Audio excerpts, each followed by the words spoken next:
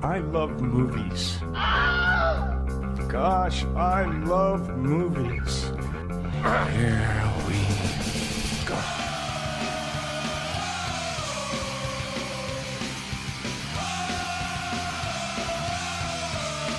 My right hand just has permanent laser coming out of it.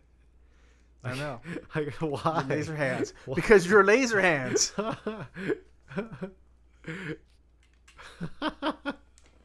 All right, ready? All right. How's it going, everyone? Welcome to the Grindhaus Podcast with Dave and Matt. And once again, like last week, we are coming to you from a digital reality, a digital frontier. And Matt's literally transforming from crazy hands to laser hands before my digital eyes. I'm just gonna keep this hand down here. This is not. I don't know what. There's a laser coming out of my hand right now, and I don't know why it won't turn off. So we're gonna try. Yeah, it's kind of nice. We're gonna try a grand experiment. We are attempting to not only do our normal audio podcasts that we have available on all of our platforms, Spotify, iTunes, SoundCloud, for those of you mumble rappers out there, but also we're attempting to record our VR session. And if you see a link for a YouTube video, you'll know we succeeded. And if you don't, then this was a colossal failure. Yeah. Which right now, it's about 50-50. And if you're watching on YouTube, welcome to our first episode of the Grindhaus Podcast on YouTube. I am Dave. So if you see this nubby thing here, that's me. I'm Dave. Pretty closely looks like me. And that over there where I'm pointing my nub and I'm looking over, that's Matt. You see with his cool 3D glasses. Yes, and I guess this looks like me. I don't know. I've been shaving. Yeah, so, I mean, I think you're shaved Jew, yeah. Yeah. We'll wait till the beard grows back, and then you can add that to your avatar as well. It's important that we have safety in this time because of the COVID thing. And so shaving is a good way to make sure that those masks you wear get a good seal. So I don't have a beard right now, and that's what this is. So neither does my avatar. Plus the beard, right. The avatars, we're using a program called Big Screen. It's all we have right now. It's a free program. Which is pretty awesome. It's pretty cool. We've had some adventures in this thing. It's a free program that's for people to watch stuff on. We've talked about it on the last episode, but we've played with it a lot this week, and it's man, there's a whole world out there of just like people watching movies together. Some of it is really neat, like Dave and I found out we could even watch 3D movies with this thing, and that was really cool. Awesome. But you got to be careful, man, because young innocent Dave, he wandered into the wrong room, and it was a man sharing his VR porn collection with other men. And he stayed in that room for like hours with these guys. No, that didn't happen. And he was texting me the whole time, like, you got to get in here. You got to come in. That check part it did out. not occur. You did text me. I did text you because this was hilarious. So this guy, I told you already this off air, but there was a guy on here on Big Screen in an NSFW room, and he wasn't showing porn to anyone per se. What he was doing was holding tutorials for people of all ages, hopefully over 18, who wanted to know the finer points of finding VR porn in the interwebs. So he was telling everyone about which sites were best for European models and those that are best for top stars. And it was very educational. I was only in there for about 60 seconds, and it was very creepy and weird. And I quickly retreated back to the safety of something more wholesome, more family friendly, like the movie Hellraiser. Oh, yes. That's a pretty good movie. And that's what we're going to do right now. We're going to put that movie on. Part of why we're going to put that movie on today, why we selected Hellraiser to watch, like we did with Killer Clowns last week, is because news broke, I think it was yesterday, that there will be a Hellraiser reboot. Yeah. And it will be directed by David Bruckner, who did The Ritual, who directed Amateur Night on VHS 2, and who was a producer on a film that I executive produced called Siren, which is a spin-off based on Amateur Night from the VHS 2 series. And even closer is the two writers for the new Hellraiser reboot are Ben Collins and Lou Petrosky, who wrote Siren. So I have 1 degree of separation from these young gents who are undertaking a pretty big endeavor, right? I mean, Hellraiser is one of my favorite movies, and it is a bona fide classic, and to reboot it without the involvement of Clive Barker is, I mean, you got some big shoes to fill. Oh yeah, yeah. Hellraiser is great stuff. We've done shows about Hellraiser before, and so I guess we're doing another one. Hell yeah! All right. I mean, might as well. I mean, it's a show, a movie. It's a novels. It's comic books. But it's all based on Christian mythology and. Hold on there. It is. Well, yes, it is. Well, not originally. In the original Hellbound Heart, it was not based on Christian mythology at all. These were just beings in another reality. It wasn't until you started getting into the movie sequels and even Clive Barker's sequels that it started to motivate itself over into Christian mythology. But in the beginning, the Order of the Gash are just these other dimensional beings that thrive on the intricacies of pain and pleasure. All right, thanks for mansplaining Hellraiser to me, man. My point was that it's a Christian holiday weekend right now. We had that's true. A certain god that they believe in sacrificed himself yesterday. Odin on the world tree. I mean, that's a weird one though. Did he sacrifice himself or did people sacrifice him? It's kind of like I mean, it was a passive. It was a passive. Yeah, I feel like it was a passive sacrifice. You know, like he, if you believe the mythology, the Jesus of Nazareth, as the story goes, in mythology, the Jesus of Nazareth knew that he would be betrayed, and he sacrificed himself, and much like Odin on the world tree, he was hung by a tree, or the hangman in Tarot.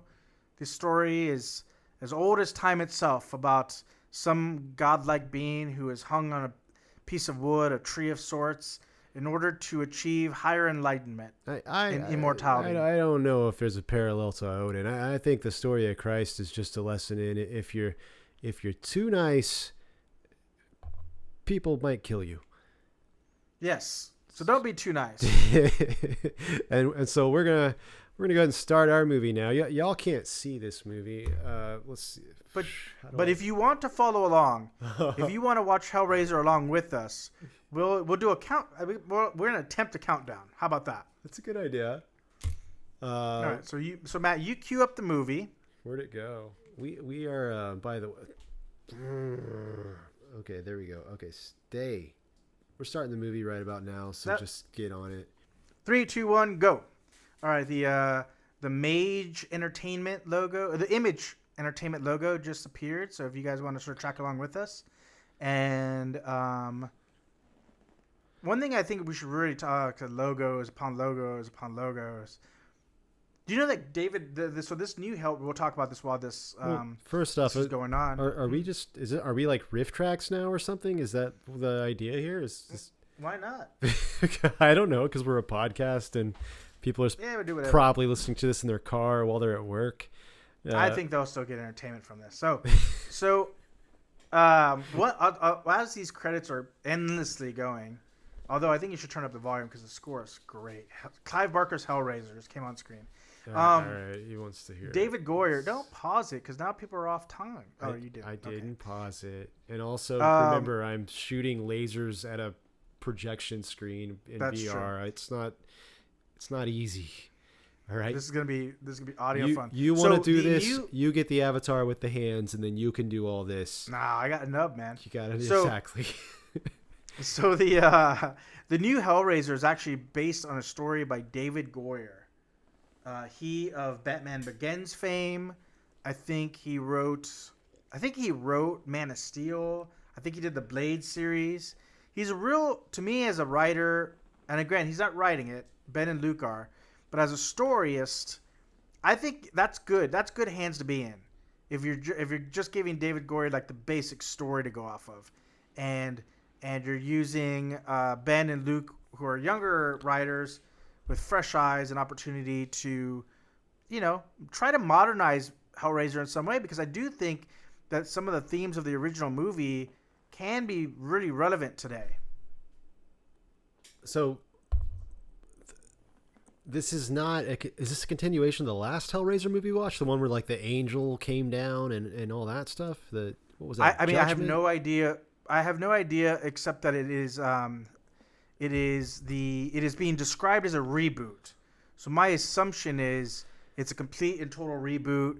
I assume they're going to take a cue from the original Hellbound Heart and base it on that. I'm down with that. It's about time for a reboot, man. It's been a little while. Did that just cover the camera? Okay. Oh yeah, just ignore that. Ignore that thing. Okay. Anyway, yeah. There you go. That's me on a Saturday night right there. I'm gonna get some. We have Frank in human form. Oh, that's a nice refreshment. Frank in human form is thanks, appreciate that. is playing with a lament configuration. Lament configuration box. Thank you. And he's got some. He's quite sweaty and he's beardy, and topless. One of the things that I hope that they do in the reboot is that in the original Hellbound Heart, the priest that is later to come to be known as Pinhead, a name that apparently Clive Barker hates. It is just that. It is androgynous. It is both female and male, and also neither. And as much as Doug Bradley is awesome, and he is, if Doug's probably at the point where he's a bit past his prime to play Pinhead, and I think they should go in a totally different direction. And I think I have the perfect actor to play the priest that is Pinhead. What you got? Tilda Swinton. Tilda Swinton? Yeah, maybe. Yeah, she's. You think she looks mean enough, though? I mean, I think, but like in the original Hellraiser, I mean, certainly Pinhead looks and all the gash look very intimidating, but I don't know that they look like aggressive, right? Like he's very stoic, and I think that if you put Tilda Swinton in like demonic bondage gear and you put a bunch of pins in her head and she's got that cold, steely resolve, that sort of even-keeled sensibility. Like, did you see her? I know you're not really huge on the Marvel films, but did you see her in Doctor Strange, where she had the shaved head? Yeah. Well, I liked Doctor Strange a lot. That was a pretty fun movie. Yeah. So I think that if you kind of think about her from that perspective, and then you think about her just a little bit more menacing as Pinhead, I think she'd be fantastic. And I think you could really play up that androgynous aspect that was kind of lost in the first movie. All right. Yeah, an androgynous Pinhead. I suppose so. Okay.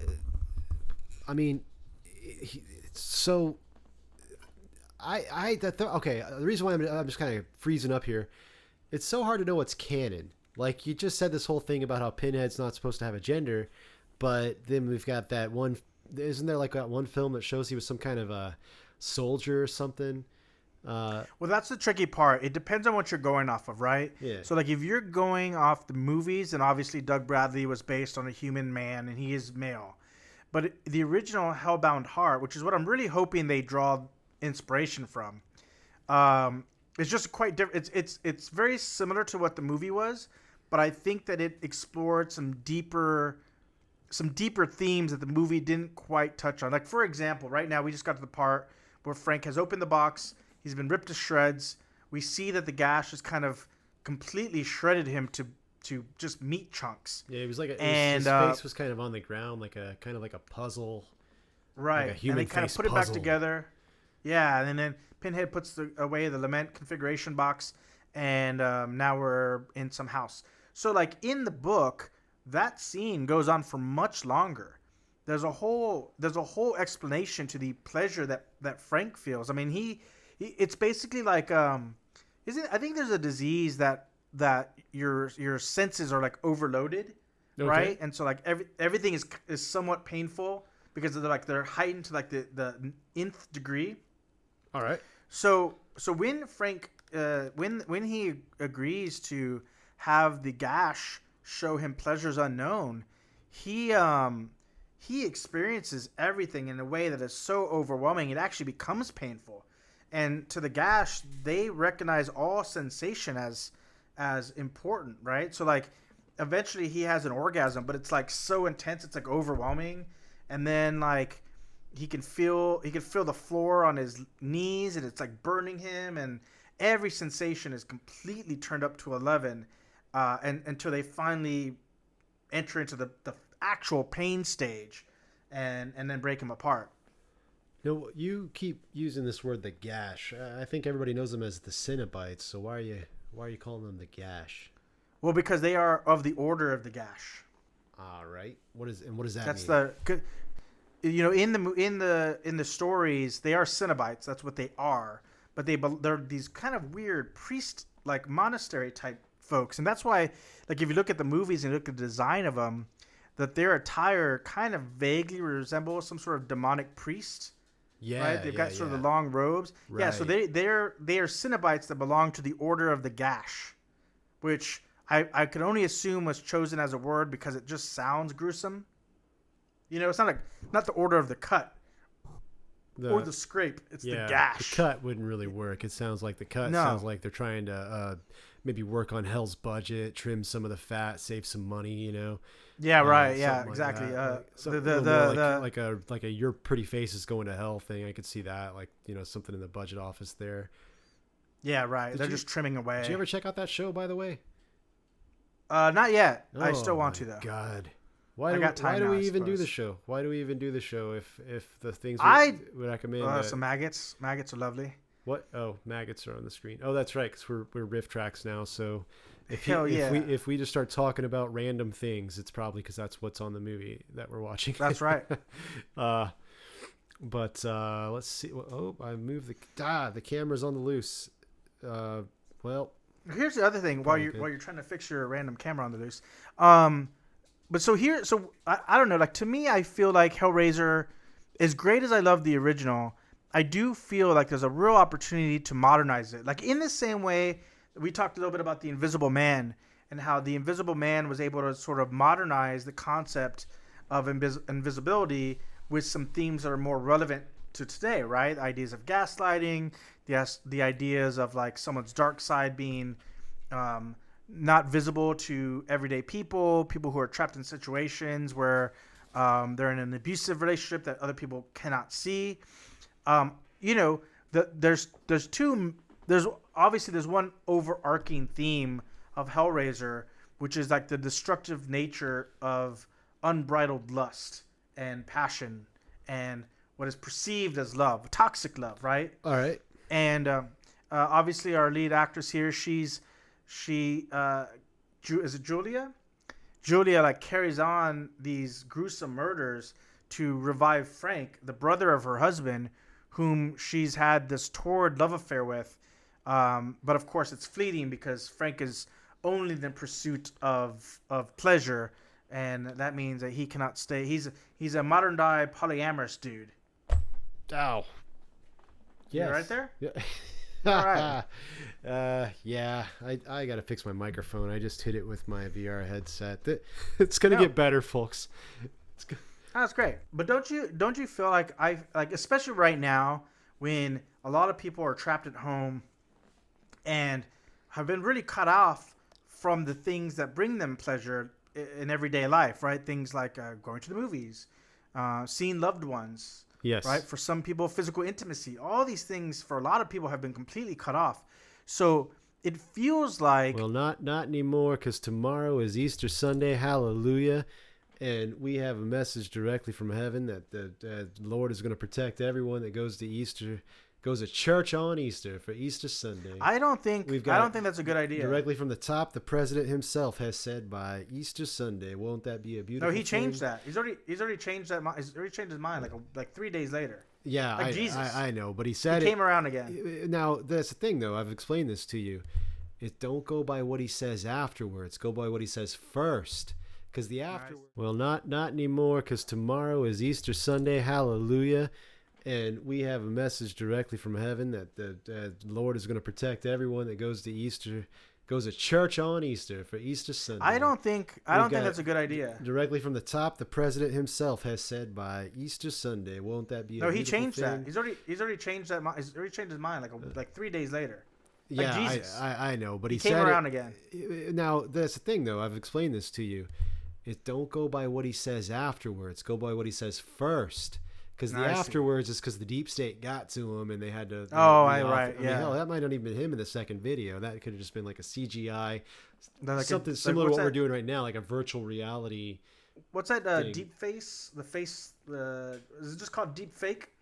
Deep fake. That's correct. Yeah, you know when they CGI that face over people and they like can control it and it looks pretty close to accurate. Yes. Yeah. This is bad. I certainly recommend people not go to church. I know by the time this podcast comes out, you will have made your decision either way. But I think it's a very bad idea. I think people should absolutely stay in. And I think that, you've got cool technology available to you,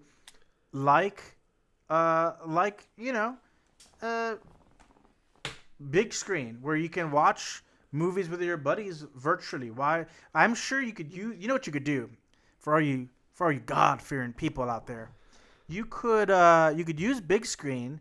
You could gather up a bunch of your friends, your church-going folk, and you could watch the sermon.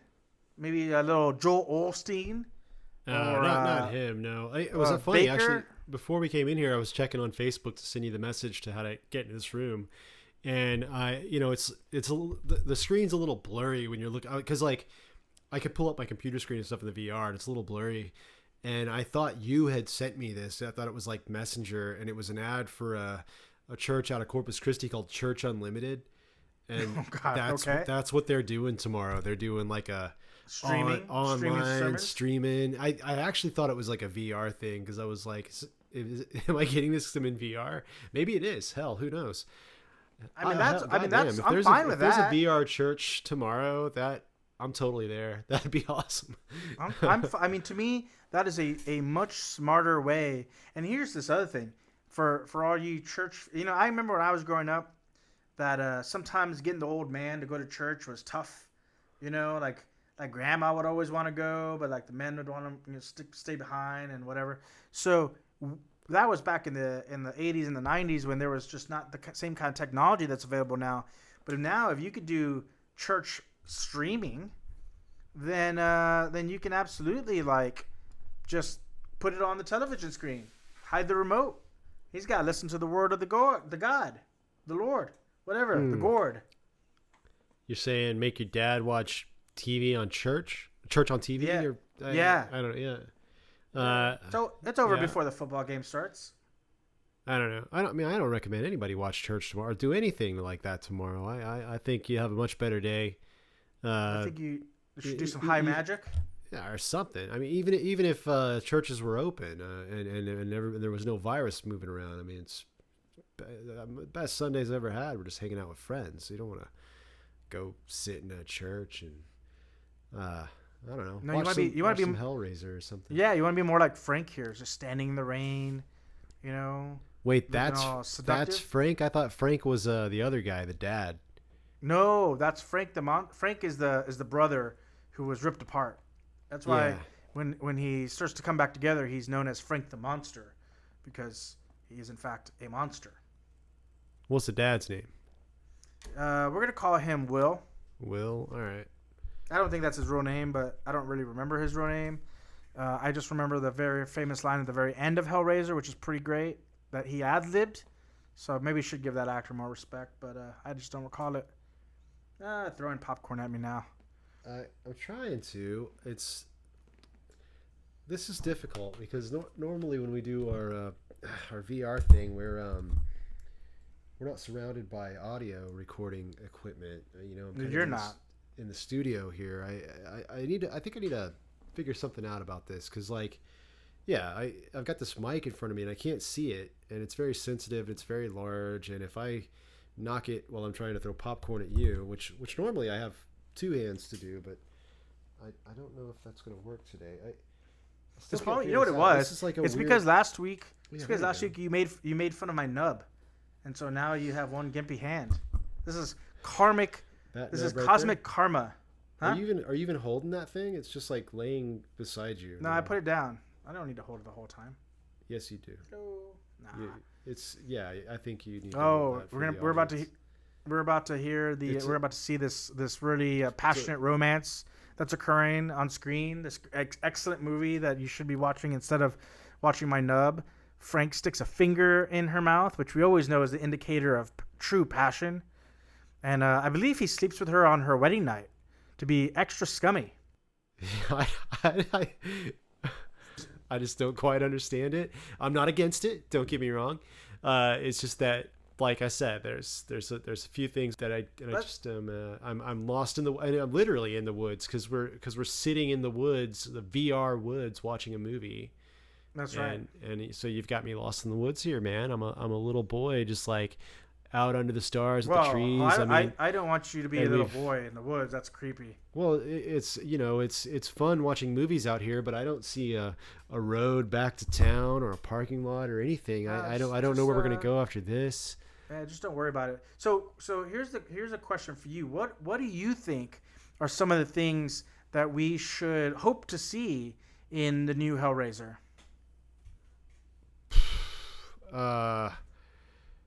Geez, I don't know. I want it to be super weird. Like it should just be a total trip out, man. Like it needs to be like, well, first off, the violence is fine. Yeah, have that. But I mean, that thing you were talking about earlier about Frank orgasming into pain and all this stuff.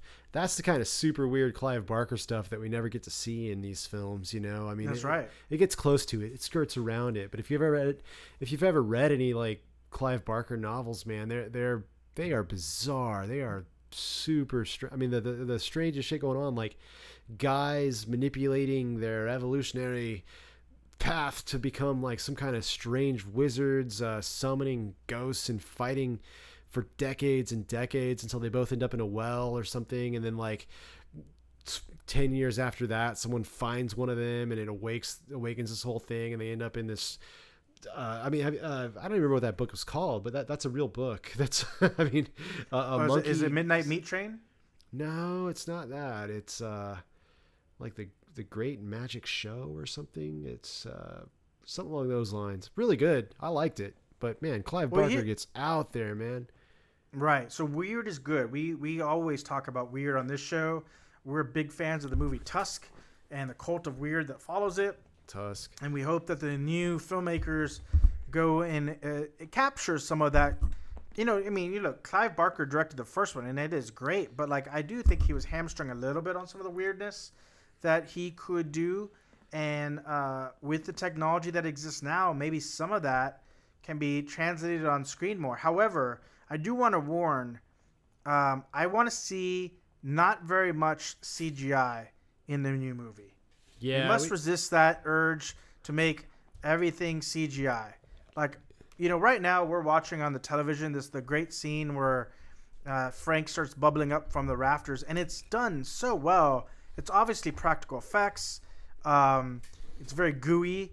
But because of that, the semblance of Frank that's erupting from the floor, even if you're not watching along with us, just if you just recall that scene, it's so gory.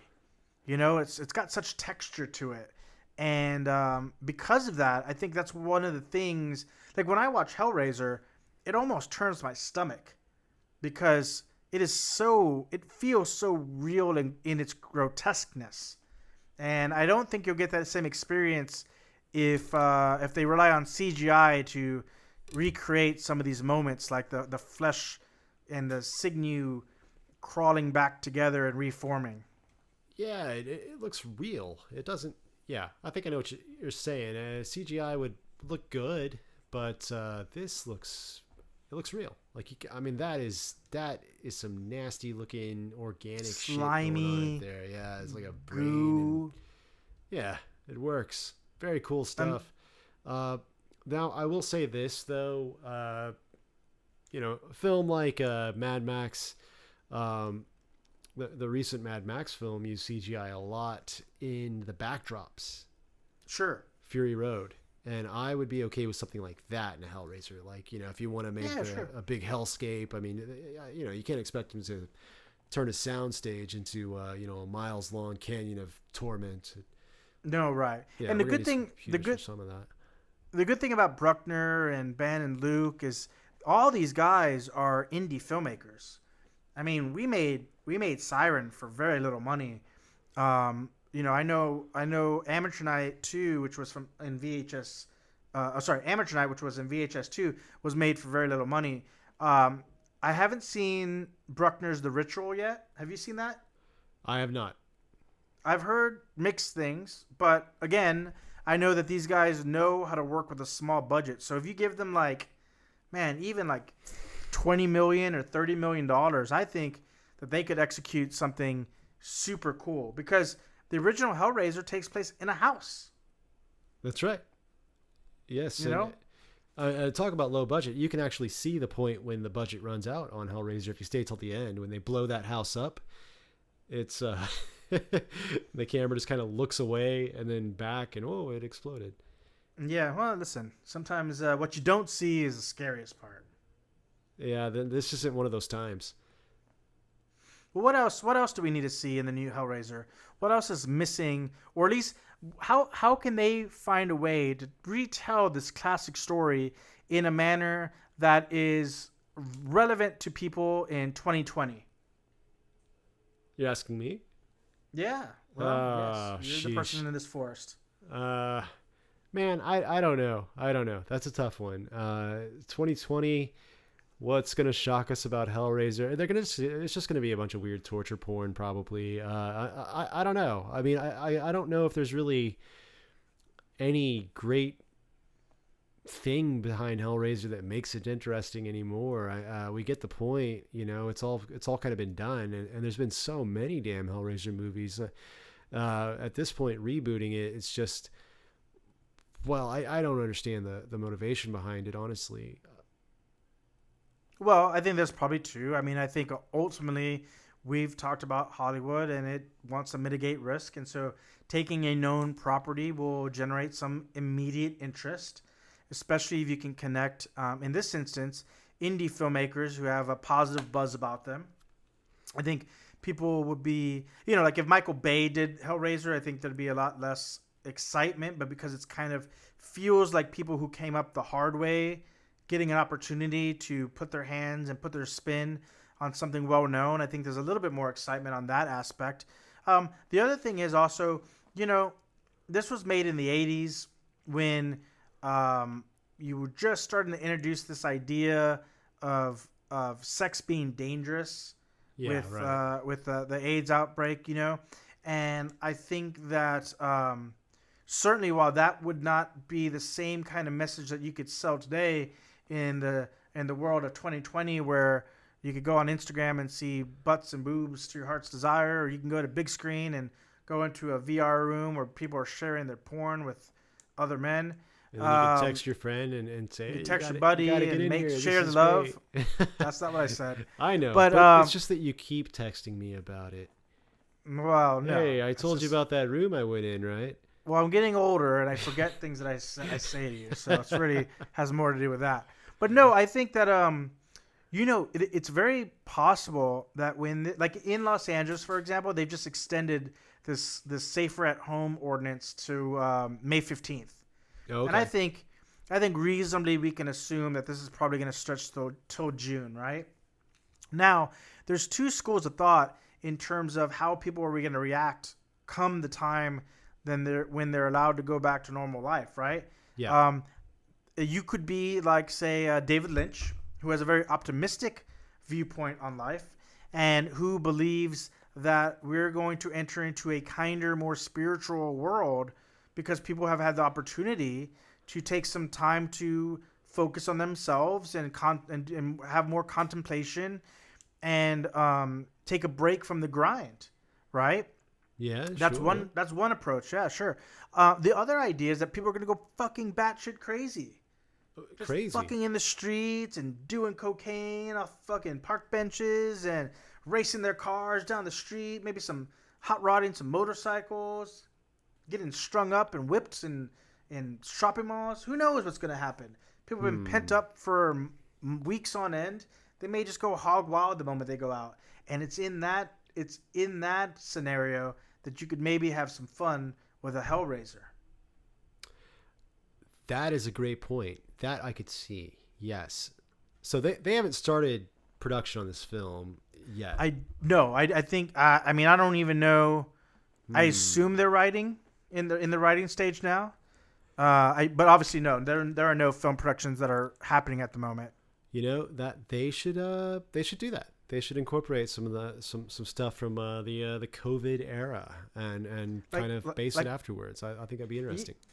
Yeah, I mean, imagine a world in which they're forced into this house not because they're moving in, but because there's a pandemic out, and so they're trapped in this home together with Frank the Monster. Well, I guess it would be difficult because Judy does invite people in to kill, so that might be a bit more difficult. But you could at least tap into some of those themes of being trapped, the themes of desire, right? Yeah. There's going to be a lot of pent up energy that actually people have. How about the so Hellraiser 1, this is like they're in a house and these monsters come to their house, essentially the gash, sure, yeah. as you're calling them. That's what they're called. Hellraiser 2, they go to hell. They kind of take these. That's right. So how about something along the lines of that? Like you got these people that are cooped up because of a pandemic outside. They can't go anywhere, but they find a way to travel between the dimensions. I like things. We lost the camera again. But when you've got a story where people are traveling between dimensions and different things, it's it's an anything goes kind of thing. Sure, right. That's where you get films like Event Horizon and Doom for a lesser, the video game Doom. I'll take that. If you're a big fan of The Rock. Yeah, I know. No, not the first Doom, but actually the second one. But the video game Doom, much more so. John dies at the end. Films that it's like once you've opened it up to like the idea that there's infinite worlds and possibilities, you can invite anything in, and that could be the idea behind the new Hellraiser. It's like we're all trapped in here, but don't make it a what's coming to our world kind of thing as they usually do. Where are we going? Spin the budget, yeah. Send our protagonists out there into their world again. I mean, because Hellraiser 2, in my opinion, is the best Hellraiser. Really? Oh, absolutely, man. Hell, they go to hell, and it's like a really cool depiction of hell as this like. You see the Leviathan. It's hell. The Hellraiser 2 hell. It kind of makes sense as an entity. Like it seems like something that could really, in a supernatural world, as spiritual world, whatever. It does seem like something that could exist. I might even like to see something where they start off as spiritualists of one kind of faith or one kind of theology. It could even be something like more New Age. It doesn't have to be. It doesn't have to be an old or a common faith. And they tap in through their experimentation. They tap into something that brings them to that new sort of dimension. Because I think that for one. I do think that though Clive Barker's a pretty progressive guy and everything, this film does suffer a little bit from that 80s aspect of like pleasure, hedonism, sex. These are things that should be punished, and that seems to be like the purpose of the Cenobites. Where I would like this new one to be less of like we're punishing you for like your pursuit of pleasure, and more of a just an accident. Your curiosity kills the cat. You went out there and you found something you don't want. Well, I think. Obviously, I think it's again. You can understand why there would be, in the world where the AIDS epidemic was relatively new to people, where there would be some warnings against unbridled sexual activity, right? Sure. But the Cenobites themselves, I think there's a line later in the movie where they say, angels to some, demons to others, but they're just explorers of all pleasure and pain and all of its intricacies. Yes. And to them, it's not punishment at all. In fact, the only real punishment that they're delivering is because Frank left. It's kind of like a blood in, blood out. Like, you can't leave. And he tried to be above them. But from their perspective, they just gave him exactly what he wanted. That's what I mean. That's their weird perspective. That might have a lot more to do with them, their purpose, and for their existence. Sure, yeah. If there's a devil, he probably would make it so that his demons that torture the souls don't know that they're punishing them, but actually think they're like doing something great, having fun. Well, see, that's the area where I think that Hellraiser as a series kind of went off the rails, because I feel like if you follow the whole series, then yes, it becomes very much like these are demons and they're punishing people. But like if you look at the original movie and you look at the original novella that it's based off of, I think that the motivations are a lot less cut and dry, and a lot less sort of Christian based. Yes, I think there's some argument in that. I don't know. I've not read that original short story, but I've read a lot of the comic books, which well, not a lot. I wouldn't say I've read a lot of the comic books because I know there's a whole like history story arc thing. Apparently the female protagonist from the protagonist from this film, she becomes the new Pinhead in the comic books. That's like a thing. Yeah, that's a thing that happens. Julie does? Yeah, she's the one. Or the Julie's got that sweet female power mullet in this movie. Becomes the new head of the Cenobites, I guess. But what I've liked was a collection of short stories. It was an anthology. I can't remember what it's called, but it had like some really great writers in it. Like Neil Gaiman wrote one. A lot of comic book writers that were writing for this thing, and it literally is like a hell. Like it's like where you go when you're punished. Like that's where they're from. Yeah, right. Where you go when you're punished. Where you go when you die, I guess, and you didn't live right or whatever. But I know the stories are great. It's like if you're gonna have something like that exist, they did a good job making it fun, and I don't know. It's weird. Like there was one story that I really liked that had to do with writers submitting their work to a like an ad agency, that kind of thing. Okay, yeah. And they were all given this project, and when they go in, they're, rather than holding stacks of papers with what they've written as proposals for these ads, they're all holding a baby. Oh. And they go. That's weird. Yeah, well, it's their baby. They've made. It's like their art. So they made. It's like a baby that they've made. Okay, and, right. They go into this office, and immediately the guy just starts like reviewing the baby, saying what he likes, what he doesn't like, and literally like removing parts from it.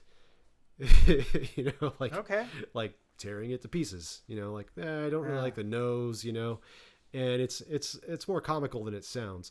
But it's comic book, but like, what was cool was it had to do with that selling your soul of ad work, of the advertising world that often people experience, because they put their heart and soul, they put their mind and their passion into things, and then they take it into this agency and they're like, no, client doesn't want this, take this out. Nope. It's that kind of thing. But right. And this guy had lived his life that way. So the metaphor for his life was now his literal torment in hell. And it was like every time he got a new job, he would deliver a baby and then have to go watch it get killed in hell. I don't know. It's pretty disturbing. It sounds a lot more disturbing than it was, but stuff like that. Like there was no Cenobites in that. There was nothing like that. It was just hell. I wouldn't mind seeing some stuff like that. Just literal like, hey, this is hell. This is what it might be like. Kind of. Sure, a little exploring of it. Yeah. Well, now, what do you think about this theme of this temptress, pulling these old horny men back to the house? Obviously, she's essentially leading the flies to the web for Frank, but like I think you could certainly modernize some of that idea. This idea of like people in these toxic relationships, that carry on these gross deeds or maybe turn a blind eye to the abusiveness and the toxicity of their relationship because they believe that love is involved. I think you could certainly make that relevant to modern people going through relationship issues. Yeah, there wasn't much of a relationship there. There though. She just kind of went out and met a guy, brought him home, and then hit him with a hammer 4 times. So, Well, no, but her relationship is with Frank, and it's a very toxic one. I mean, literally, it's one that's based only on sexuality and also her and desire, and because of that, she mistakes that for love to the point where she's willing to literally commit murder in order to bring him back. She's that obsessive about him. yeah, that's okay. I see what you're saying. Yeah, And even even the way the actress is sort of portraying, like in the movie, this is her first kill, right? And she's obviously shook up and shocked. But I don't know if this was a conscious choice or maybe I'm just reading into it, but it feels like the actress, while she's both semi disgusted and shocked by what she did, like as we would expect that to be, there's also part of her in her breathing that almost looks orgasmic. Yeah, like she's kind of turned on by what she did. She's not too too upset. There's a scene by it. where she's washing her hands, washing the blood off her, and you can almost feel like it's exhilarating to her, right? It's an excitement to her, and you could talk about you could sew in the theme of, again, when pleasure becomes unbridled, when you are constantly having to up the ante to some new sexual, or not even just sexual, but just pleasurable height, right? And you take it just too far. I think there's some underlying ideas of addiction that you could string through there as well. But I definitely feel like toxic relationships are very much could be. This movie could very much be a metaphor for toxic relationships, I think, in the idea of a woman who's obsessed with a monster. Yes, it's like it's kind of like a toxic relationship, like where you have a podcast and your co-host is obsessed with VR, and he's made you bring the podcast into VR, and it's a huge train wreck. And wait, did I made you do that? I'm just playing with you because I don't recall that being the case. You're the one who was like, "Let me tell you all this technology I have." I did get it first. That's true. I'm trying to cover my tracks here, man. I'm like. Your riff tracks? Yeah. Well done, sir. Yeah, well done. Yeah. Well, sheer. Ugh. Again, it's just stuck this way. It's just a pointing finger with a laser coming out of it. So obviously the technology is not perfect. We're having some technical difficulties here.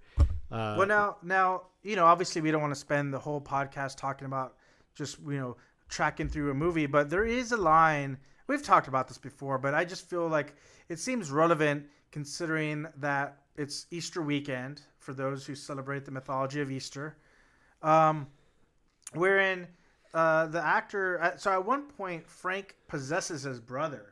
Yes. And the Cenobites are called, and they eventually catch up to him. And much like in the beginning of the film, they start to put their hooks inside of him, and he's about to be ripped apart. It's a very gruesome looking scene where like you see his skin all stretched out, and it almost looks like his face is what's it called? A canvas, right? With just eyes and mouths on it. Yeah, we got him sort of pinned, stretched. Got it stretched like a canvas, right. Yeah. And right before he's completely ripped to shreds again, he ushers the famous line, my favorite line of any horror film, maybe of any movie period. And that is, Jesus wept. And in that moment, he's torn apart. Yeah. That's just fantastic. So good. It's very good. It's so amazing. It's the shortest verse in the Bible, and it was so fitting, and that was totally improvised. That's very cool stuff. Now this is something that bothers me about a lot of makeup effects. So we're at a part here where Frank has been taking enough flesh from people to have muscles and bone. He's already had bones, but he's got muscles now, and you can see all he needs is some skin, right? Yeah, right. But he has a nose. You can see the nose bone, like they gave him a nose bone. It's on the outside, but then like under that, there's just like a full healthy nose coming out. And they just sort of painted it white to make it like, no, that's there's no skin on that nose, but like that. Well, he's got muscle, and you could assume that he's got some cartilage. He just doesn't have full skin and upper. What's the upper level of your skin called? Epidermal? Yeah, the epidermis. Yeah, I think he also shouldn't have lips at this scene either. I think that would be a lot more convincing too if he was just kind of like, Well, there she goes, sticking his gross, gunky finger in her mouth. She's into it. Yeah, he doesn't have skin. She's very into it. He doesn't have hair, but she's all right with it because like he is fit. Like he's got like abs. 0% body fat. The dude is shredded, glistening, totally shredded, ripped up to pieces and put back together. He's fit. It's very. I don't recommend sticking fingers in your mouth during this COVID period. Maybe when we're on the other side of it. But even if you are obsessed with with an escapee from hell, I still think that largely we should avoid sticking our fingers in one another's mouth, as well as licking crickets off straight out of a cage. These are things that are not following CDC guidelines, and we here at the Grindhouse cannot in good conscience advocate for either of these activities. I disagree. I will eat a cricket. I won't, because I'm vegan. You're vegan. So so don't eat crickets. Even bugs aren't allowed. But I will say, man, if you guys are out there and you're kind of curious and you want a little more of an environmentally friendly option, I think you might want to try bugs. They're fantastic. Tofu is great, but have you had scorpions? Tempeh. Man, a scorpion and fry that scorpion in butter. I've had some scorpions living out in the yard, doing their own thing, being alive. That's pretty cool. I had a friend. He would catch them when they would come in his room. We used to all live in the country, and some of us are those old houses out there in the country. They're not that great put together, and a friend of mine would always catch them when they would come in his bedroom, and he would put them in a jar and put them in the freezer. And then when you'd come over, he would fry them in butter and dare guests to eat them. And it's not gross. Bad at all. I gotta say, that's a pretty decent bug. And don't worry about the stinger. The scorpions were frozen to death. Yeah. Hey, that doesn't sound very pleasant. I'm not the one killing scorpions. They were already dead. But I'm just saying. I mean, I know, like we're not a cooking show. That's true. And if we were, we would have to really limit the things we cook. But to tofu. But here's where I'm coming from, Dave, because I get what you're saying, and I'm coming from an environmentalist point of view. Yes, because a lot of people, they eat these cows, and the cows. Where do you think What do you think butter comes from? Well, hold on a second now. The cows, it's a bit of a problem. Cattle raising. That's why we do a lot of deforestation and stuff. Yes, I agree with this. If folks want the same kind of protein, boost from eating meat, bugs are a much better option. They can be farmed in buildings here in the city. You don't have to ship it far. Mm-hmm, mm-hmm. Okay, easy to preserve. Not a lot of resources required, and you've got local, organic, locally grown bugs that you can eat right now. And if you're into films like Hellraiser and stuff, you can recreate some of the fun scenes. Like where the homeless guy, he was already very progressive in his own way, that homeless guy, and he eats bugs. I'm telling you, it's the future, my man. It's the future. Well, I can't sign off on any of this. All said, the whole diatribe is a one of Matt in and of himself. You may eat bugs if you'd like, I suppose, but I would not recommend it. I would, however, recommend admiring how fucking cool the Cenobites look, because these have got to be some of the best looking creatures in all of all of horror history. Like, can you think Man. of a collection of villains that look cooler than the Cenobites? Well, another Clive Barker classic. He may have topped himself with Nightbreed. I mean that Oh, whole that's true. gang of the what were they called, the dwellers of Midian. I can't remember what they were called though, but they lived in Midian, right? They under the crypt. Man, there were some cool monsters in that. So that one guy with the blue horns that had that kind of leather jacket on, I wanted to be that guy when I was a kid. That was like my favorite monster. That's true. That's true. I mean, look, Clive Barker is clearly a genius.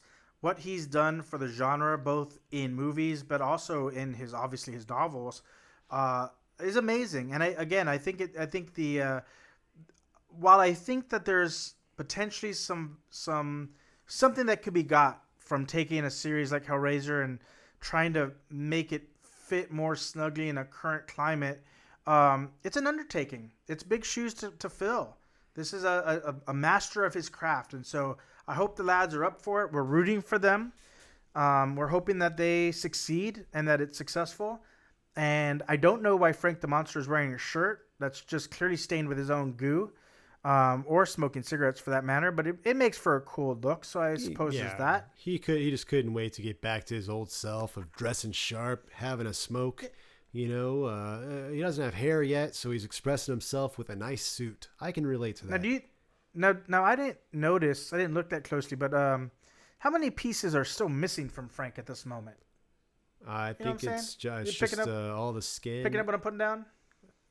What You you know what I mean? mean? What you mean? What he's not hanging down? I don't know. I mean, like I I mean, he's got said, a man, nose. he's already a hit with the ladies, and he does have a nose. Did he have ears? I mean, that might be a tell if he doesn't have his oh, ears. we should look to yet. see if his ears. Yeah, Yeah. because she's clearly got no problem sticking his gooey finger in her mouth. Man, people don't want to think about this kind of stuff. What are you doing, man? I think people do. People are trapped at home. They need something to as a nightcap. These are questions that must be answered in the new Hellraiser. How far was Julie willing to go? I think that's why she's so eagerly killing people and sending them that way. Because Oh yeah, maybe so. there's yeah. one last step before she can get what she really desires.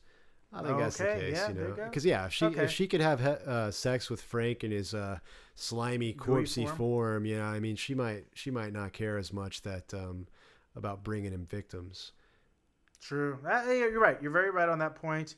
And I guess again, it just further speaks to the theme of her willing to do anything for this toxic romance that she believes she has with Frank, which, like most toxic relationships, will prove to be far more shallow than she gives credit for, and will ultimately lead to her own destruction. So, lots of modern themes that can still be derived from a reboot. We're hoping that it turns out really awesome. This movie is great. So, regardless of what you think of the sequels or the books or any of that, if you're looking for some wholesome entertainment on this Easter Sunday, Monday, Tuesday, we recommend highly the Hellraiser series. Yeah, well, And the we'll look forward to seeing what the guys do. the show doesn't come out till Monday, so I'm sure we're gonna have you know, hopefully Some people there wasn't celebrate there wasn't Easter like all month long. hopefully there wasn't like an apocalypse yesterday when everybody went to church on Easter and the disease got spread around and thousands of people died, and so hopefully think it's that's a how that happy works. it's a happy Monday. I don't know, Yes. man. I don't know. I don't know. Yeah, I guess so. So what is it? It's like either God is aware of what's happening and he's doing nothing to stop it. Either God is aware of what's happening and he can't stop it, or either God is aware of what's happening and he caused it. Well, I can't answer those questions except for with one phrase, and that is Jesus wept. That doesn't answer anything, and they weren't questions. That's right. So, And well, we have another question. We have a better question. We have a audience. question from one of our fans. That I didn't ask you a question, but yeah, let's hear the audience question. That sounds great. Questions from Macaret. Lance Lanfear asks, have you watched The Platform, now on Netflix, the English dubbed version? What do you think? And what one object would you bring to the pit/prison? The Platform is a film that's on Netflix right now, I believe. It's about That's a correct. prison in which there are many stages of this prison, levels of the prison. Like a cube. And yes, like a cube, like a tower. What's that word? Like a tower prison. The labyrinth? No, there's a really great Latin word that I know sometimes, but I don't know it right now. But it's every day a huge feast is prepared of wonderful food, right, on this massive platform. It's a big stone table sort of thing, right? And a huge feast is prepared, and then it's sent down to the top level of the prison. And where that prisoner, or I haven't seen it now. This is a trailer I watched, but like either that prisoner or another group of prisoners, they get their fill. Then it goes down to the next level, and the next level, and the next level, until the prisoners at the bottom are sort of just picking from what's left. Chicken. So bones this is and things like that. Yeah. So this seems like it's a metaphor for capitalism. I guess. I mean, I guess you see metaphors for capitalism in a lot of things, though. So Well, I think a lot of filmmakers are making those statements. it may be that. What was that one that Reagan used to talk about? The trickle down economics. Trickle down. This is platform down economics. Okay. Yes. And so, what would we take to the prison? Is what Lance is asking. Yeah. So if you first off, I have not seen that movie yet, or that series. Is it a movie or is it a series? It's a movie, and yeah, we haven't seen it. We should I watch haven't it. seen It looks it really yet. good. It looks really good. We should watch it. Maybe we'll watch it before next week. But yes. So if you went to one of these prisons, what one thing would you take with you? Oh,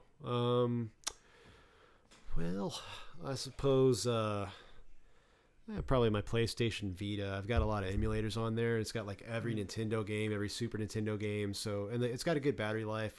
I'd have to. Well, can I bring the charger? That's gonna make a big difference. I'll make the assumption that there is an outlet. You have running electricity, and you are allowed to bring a charger. Yes. Yeah, definitely. I've got like a hacked PlayStation Vita, and it just has like every video game made before 1995 on it. So, I think that could keep me entertained for quite a while. Yeah. Oh, yeah. That would work. So I think I'm going to go. Charged, yeah. I think I'm going to go similar to what you're saying, but I'm going to go with my cell phone, Your cell phone. my Galaxy Note. Yeah, I think that if I were trapped in prison and I had the ability to have an electronic device that I could bring with me, the application available with that, staying connected with other people, reading, listening, music, filming. I mean, you got a supercomputer in your pocket. So I think that's kind of my modern day switchblade, I'm going to tell you something. Sorry, my modern day Swiss Army knife. It is so to that. speak. Yes, it is. Because my initial thought was like, well, I should bring a book, right? Because a book is much more. I don't know how long I'm going to be in this slab, and there's no telling. Even the best phone has a shelf life, and so it may only be good for me for 2 years.